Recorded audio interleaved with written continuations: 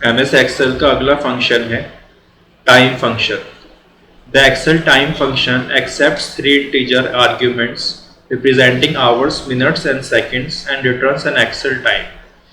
ये भी date function की तरह क्या होता है, आवर्स, सेकंड्स और मिनट्स की फॉर्म में अलग अलग रो में लिखा हुआ होता है। और जब हम ये फंक्शन अप्लाई करते हैं तो ये पूरे टाइम के फॉर्मेट में यानी आवर्स, मिनट्स और सेकंड्स के फॉर्म्स में लिखा हुआ आ जाता है। तो ये फंक्शन हमें टाइम का फॉर्मेट दे देता है। आइए चलते हैं शीट की तरफ।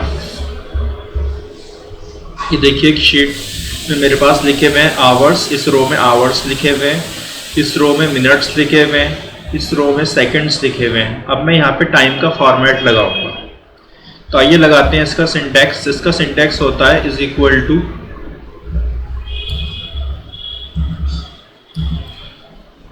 टाइम, ब्रैकेट में मान लीजिए मैं 5 आवर्स लिख देता हूँ, कॉमा 6 मिनट्स और 29 सेकंड्स। तो यहाँ मैंने सबसे पहले लिखे आवर्स 5, फिर मिनट्स और फिर सेकंड्स। आइए एंटर करके देखते हैं कि ये टाइम फॉर्मेट में कैसा आता है। ये देखिए टाइम फॉर्मेट में 5-6 AM के फॉर्म में ये ले आया। जो मैंने टाइम लगाया था वही टाइम इसने टाइम फॉर्मेट में ला दिया। आइए लगाते हैं इसमें टाइम फंक्शन। इसका सिंटैक्स होता है इज इक्वल टू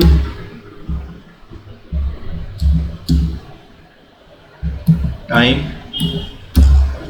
अब जिस ग्रिड का मैं आवर लेना चाहता हूं तो ग्रिड थी A59, कॉमा जिस ग्रिड का मैं मिनट लाना चाहता हूं ग्रिड थी B59, और जिस ग्रिड का मैं सेकंड लाना चाहता हूं ग्रिड थी C59।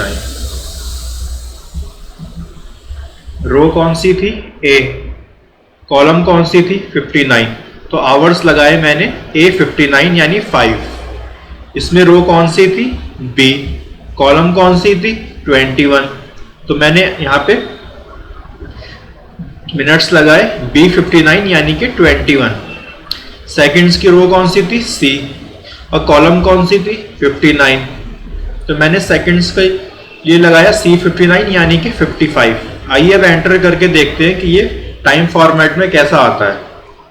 इज इक्वल टू दबाया, ये देखिए 5:21 AM लिखा हुआ आ गया। कितना टाइम हो रहा था? 5 आवर्स एंड 21 मिनट्स। तो इसीलिए वही चीज मुझे टाइम फॉर्मेट में ला दी। आइए तीसरे फंक्शन में लगाते हैं। इज इक्वल टू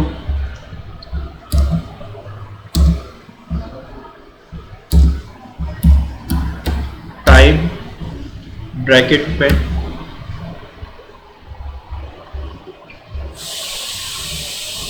इस ग्रिड का मुझे आवर्स चाहिए, इस ग्रिड के मुझे मिनट्स चाहिए और इस ग्रिड्स का मुझे सेकंड्स चाहिए।